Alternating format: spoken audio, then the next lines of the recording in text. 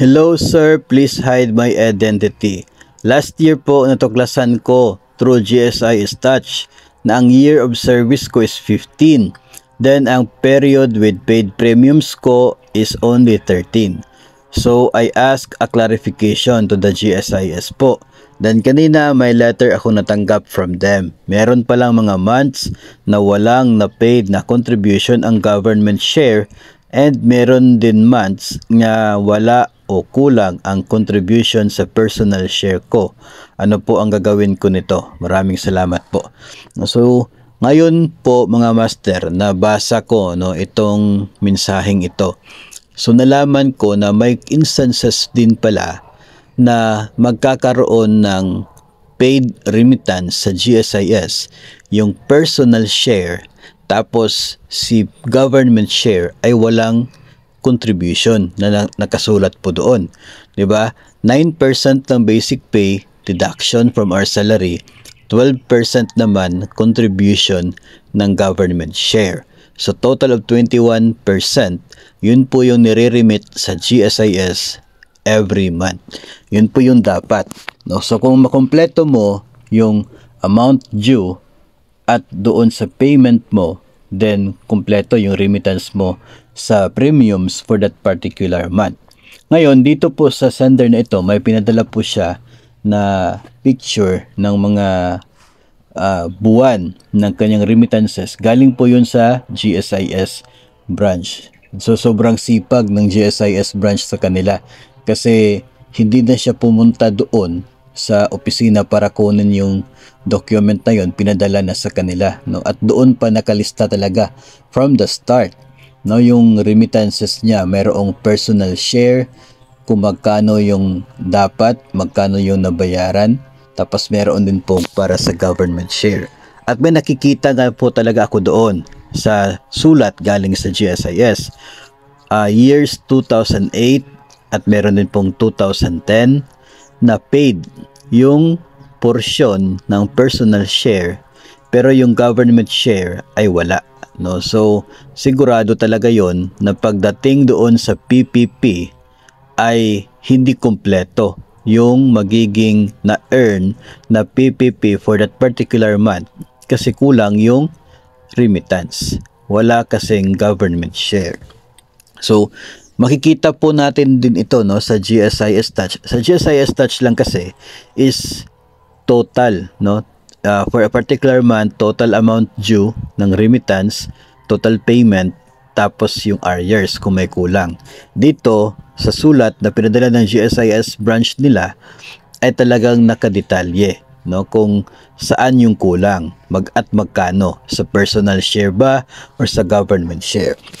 So pag ganitong case, kapag talaga klarong-klaro may remittance yung kay part ni teacher as employee share tapos wala doon sa government share, so i-refer nyo talaga yan doon sa inyong agency, no? Kasi klarong-klaro doon na talagang may sahod kayo during those months at mayroon kayong deduction sa GSIS kasi nga na-remit, accepted tinanggap ng GSIS yung remittance mula sa nakadeduct sa iyong sahod. Ang problema lang, yung share, yung government share na supposedly dapat ay nare-remit din doon sa GSIS, yun ang hindi nangyari, no? So i-refer niyo sa inyong agency para po ma-actionan, no, kung bakit hindi na-remit yung government share during those months at yung personal share lamang yung na-remit, no? Kasi hindi mo naman yan dapat bayaran na over-the-counter galing sa bulsa mo kasi makikita naman doon na nabayaran mo talaga yung porsyon na manggagaling sa iyo. Yung manggagaling sa employer mo, yun ang hindi nabayaran. So, refer mo yun sa agency para ma-action na nila. Tapos yung cases naman na mababa yung actual payment versus doon sa dapat sanang payment, no? May mga cases na ganyan, especially kapag nagtataas ng sahod, no, salary increase due to salary standardization law, o kaya ay nagkaroon ng supposedly step increment, o kaya ay na-promote ka. And any instances na tumaas yung sahod mo. So, effective na yung pagtaas ng sahod, reported sa GSIS na tumaas yung sahod, let's say January 1, effective. Pero yung actual ay noon pa sa Marso, tumaas yung sahod na tanggap mo. So, meaning to say, January and February, wala kang natanggap na increase doon sa sahod na na-receive mo from the agency. So, anong nangyari dyan, yung remittance ay kulang, no? Kasi supposedly, yung bagong sahod na yung bagbabasihan ng remittances, pero yung actual na dumating sa GSIS is doon sa old salary mo. So, kulang talaga, kaya nakakaroon ng arrears. So, mababayaran naman yun, i-process mo yung differential or adjustment, anong tawag ba doon?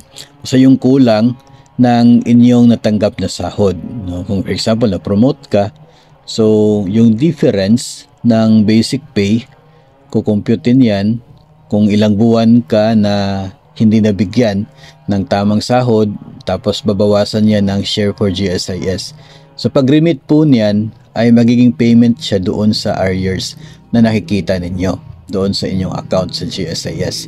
Kapag hindi mo na process yung differential na yon, o kaya ay na-process mo pero hindi nag-deduct ng intended for GSIS, o kaya ay nag-deduct tapos hindi na-remit, no? So hindi talaga siya mababayaran yung arrears na nag-reflect sa account mo. So dapat talaga na ma-process mo yung kulang sa sahod na natanggap, tapos meron kang deduction at meron talagang remittance doon para kompleto na yung magiging payment mo during those months.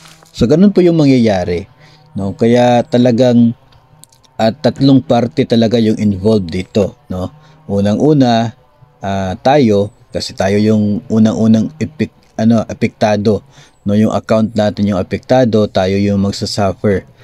Tapos sa sahod natin yung nakadeduct. Tapos tayo yung hindi nakatanggap ng buong sahod kung hindi pa na implement yung bagong salary. Second party dyan, yung ating agency, no? Kasi sila yung nag-process ng claims natin, ng sahod, tapos sila yung magdideduct at magre-remit, no? So, dapat mayroong coordination din po yan. At yung third party is yung GSIS. Kasi hindi po talaga magre-reflect sa record ni GSIS kung wala silang natanggap na payment, no? So, after mag-deduct na agency, mag-remit kay GSIS para doon ay magre-reflect sa account natin. So tayong tatlo talaga yung dapat na ma-involve kapag mga ganito po. Para na rin na kapag tayo ay magretiro na, ay malaking bagay, no, yung difference ng PPP.